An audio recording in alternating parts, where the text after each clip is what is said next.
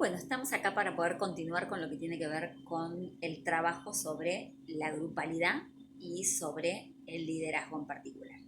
¿Sí? Vamos a tener en cuenta que en los grupos existen básicamente 4 roles prototípicos. ¿Sí? Roles prototípicos le llamamos a esos roles que suelen surgir en todos los grupos. Eh, en primer lugar tenemos el rol del portavoz, ¿sí? Aquel que declara las cosas o denuncia las cosas que ocurren en el grupo. Por otro lado tenemos el lugar del chivo emisario, que también llamamos chivo expiatorio, ¿sí?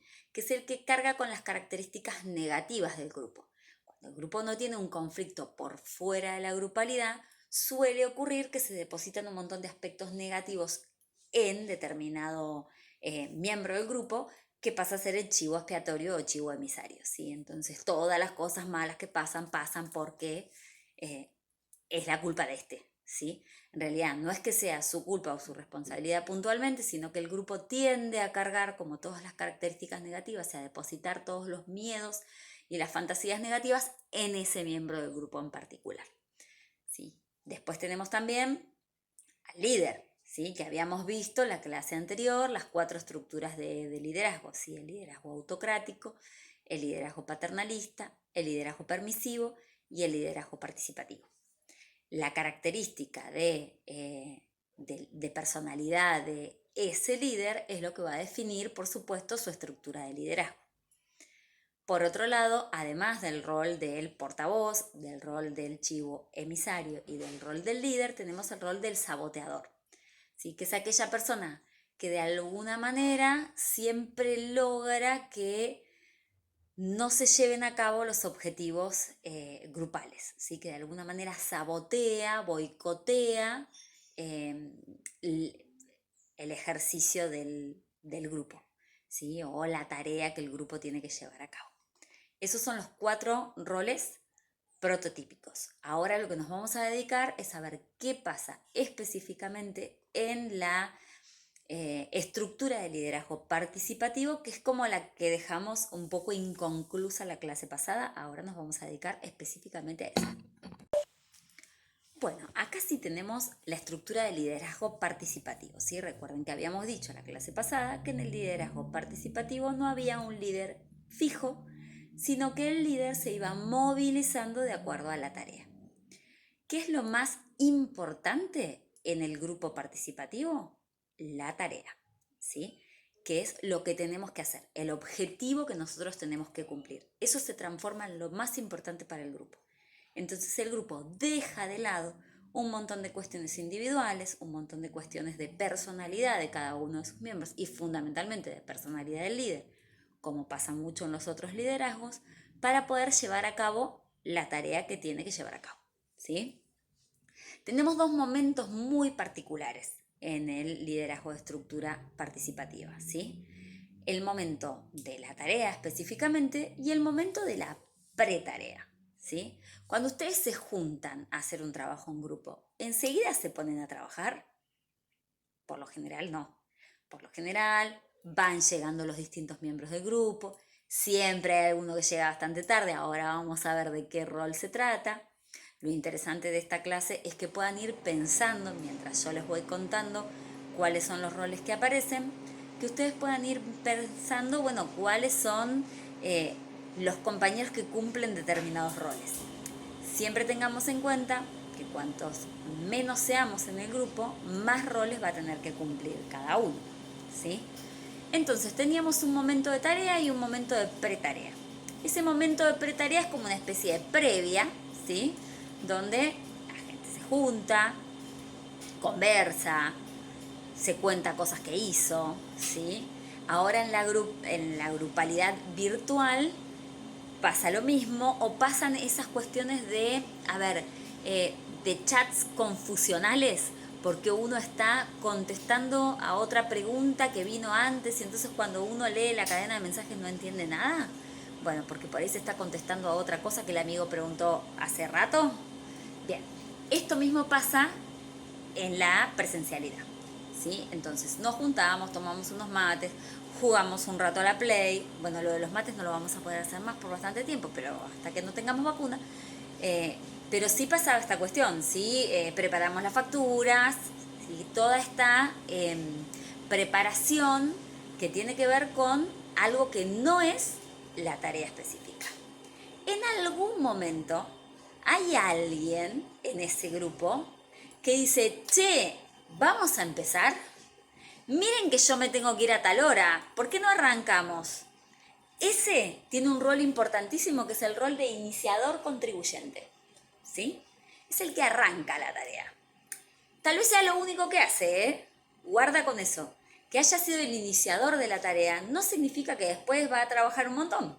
A veces sí, a veces no. Su rol fue ese, el de iniciar esa actividad. Por otro lado, tenemos también el rol de buscar información. Que guarda con esto porque el buscar información es buscar la información y traerla. Muchas veces la persona que buscó la información no la leyó. Si, yo encontré estas cosas, estas páginas en internet, estos documentos, esto que dice, pero no lo leyó. Muy diferente del informante, ¿sí? Que es otro tipo de rol, que el informante sí leyó la información y la tiene como bastante procesada. Entonces puede informar desde un lugar de saber. Diferente del opinante, que lo que hace es emitir una opinión personal. A mí me parece que tal cosa, ¿sí? Y tira su opinión, pero que es una opinión que no siempre está fundamentada, ¿sí? Por otro lado tenemos el rol del sintetizador, que tiene que ver con aquella persona que de alguna manera, de todas las ideas que aparecieron en el grupo, puede armar una, ¿sí? Que sintetice un poco las posturas de todos los participantes. El rol del elaborador es el que efectivamente va digamos, a sacar la mejor idea, la mejor forma de expresar aquello que el grupo quiere decir. Muchas veces el rol del sintetizador y el elaborador vienen juntos, ¿sí? En el mismo miembro del grupo, en la misma persona. Tenemos por otro lado el rol del estimulador, ¿sí? El estimulador es aquella persona que incentiva al grupo. Que bueno, vamos que terminamos, dale que nos falta poco, terminamos y nos vamos a tomar un helado, como esta cosa de estimular a que efectivamente el grupo siga adelante, porque hay muchas veces en las cuales el grupo tiende como a disminuir su producción por cansancio, por aburrimiento, por lo que sea, como que decae el ánimo del grupo, el estimulador es el que está ahí para incentivar el trabajo. El rol del orientador también es muy importante, ¿sí? ¿Por qué? Porque el rol del orientador es aquel que de alguna manera reencausa la tarea, ¿sí? Cuando el grupo se empieza a ir por las ramas, ¿sí? Y empieza a buscar como cualquier argumento o respuestas que no tienen demasiado que ver efectivamente con lo que la tarea implicaba o lo que se preguntó en un inicio, el orientador es el que de alguna manera nos indica el camino que hay que seguir, ¿sí? Y reencausa de alguna forma al grupo. Por otro lado tenemos el rol del armonizador. Hasta ahora todos los que están en esta columna, ¿sí? Son roles que vamos a llamar roles funcionales, ¿sí? En el grupo participativo los roles se van a dividir en dos, en funcionales y disfuncionales, que son los que están atrás mío, ¿sí? Pero no los miremos todavía. Nos estamos ocupando de los funcionales. Hasta ahora todos los roles que venimos mencionando son roles que ayudan a que la tarea se logre, ¿sí? Ayudan a que la tarea se pueda llevar adelante, se pueda cumplimentar. El rol del armonizador es un rol muy particular, que es el que va a tratar de poner un poco de paz y armonía cuando surjan los roles disfuncionales, ¿sí? Esperemos un segundito. El rol del seguidor, el seguidor es ese que acompaña, ¿sí? No importa la propuesta que sea, sí, si a vos te parece, dale, sí. No tiene por ahí una opinión demasiado formada sobre el asunto, pero acompaña lo que el grupo en general decida, ¿sí? Y por otro lado tenemos el rol del observador. El rol del observador, que puede ser un observador participante, que alguna idea tiró, que cebó mates, estuvo ahí, o puede ser un observador no participante, el que vino y durmió toda la tarde, el que vino y estuvo jugando con alguno de los hermanitos o hermanitas de la dueña o el dueño de la casa, ¿sí? Puede no haber hecho absolutamente nada, pero no incidió negativamente en el grupo. Entonces, al no incidir negativamente, ayuda de alguna manera a que la tarea se lleve a cabo. Y entonces está en el grupo de los roles funcionales, ¿sí? Que hacen funcionar al grupo. Ahora nos vamos a ocupar de los roles disfuncionales, que son los que de alguna forma obstruyen, obstaculizan, implican una cuestión negativa para el grupo, que son solo dos, pues son muy fácil que se los van a acordar enseguida, ¿sí? Por un lado, el rol del obstructor, ¿sí? Que es el que obstruye la tarea, pero guarda con esto, porque el obstructor no lo hace de mala onda, por lo general llega tarde, está disperso, suele ser una persona que tiene características de personalidad que logra dispersarse fácilmente, entonces vuela una mosca o hay un ruido afuera y está más atento a ese ruido afuera de lo que está pasando en el grupo. Ocurre que cuando el grupo ha avanzado la tarea y va, por ejemplo, por la respuesta, no sé, número 5, el obstructor tiene una idea buenísima de la respuesta 2. Entonces, de alguna manera obstruye la tarea porque hace volver al grupo hacia atrás. ¿Sí? Esa es la característica.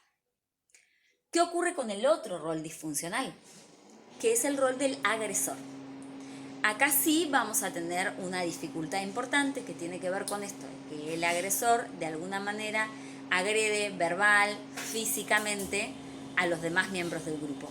Y muchas veces se encuentra con quien batallar, ¿sí? Encuentra con quien pelearse. Entonces es el típico que te saca la factura o que te saca cosas de la cartuchera, que le tira algunos útiles a otro, que lo molesta, que lo empuja, ¿sí? Que lo agrede, que le dice cosas, que saca a colación cuestiones por ahí personales o conversaciones personales, ¿sí? O que está en alguna red social y por ahí empieza a decir cosas negativas o a colación de los demás, de la red social que está mirando, ¿sí? Como que no está empapado en lo que pasa dentro de la grupalidad. ¿Qué suele ocurrir con estos roles disfuncionales? Que llega un momento que el grupo necesita sí o sí trabajar y entonces lo que hace es agarra a estos miembros del grupo que son disfuncionales y los manda a la panadería que está en la otra punta de la ciudad, o los manda a comprar la cartulina o los manda a algo, de manera tal de tener un momento en el cual el grupo pueda ser efectivamente productivo. Obviamente que si el rol del armonizador funciona bien, de alguna manera va a lograr ponerle freno al agresor, ¿sí? Y si el elaborador y el sintetizador logran trabajar bastante bien, junto con el orientador, ¿sí? Señalándole al obstructor que esa respuesta ya está, que la idea está buena, pero que quieren seguir avanzando, entonces el grupo va a ir funcionando bastante bien y va a lograr hacer la tarea en tiempo y forma como corresponde, ¿sí? Traten de visualizar cuáles de estos roles van cumpliendo ustedes a lo largo de los distintos grupos y fíjense que es esto, cuanto más reducido sea el grupo de personas en el que nos estamos manejando, más roles vamos a llevar a cabo, ¿sí? Que cada miembro del grupo puede desarrollar varios roles de estos y que los roles también pueden ser intercambiables. En un trabajo podemos haber actuado muy bien de elaboradores y sintetizadores y de repente en otro trabajo tenemos un rol disfuncional, ¿sí? La idea es no encasillar los roles porque nos vamos movilizando a lo largo del tiempo y como lo más importante tiene que ver con la tarea, esos roles se van a ir modificando y se van a ir invirtiendo. La idea es que visualicen cuáles son los que más o menos ustedes ocupan o en qué momento ocuparon determinado rol. Les mando un beso muy grande y nos vemos en la clase virtual.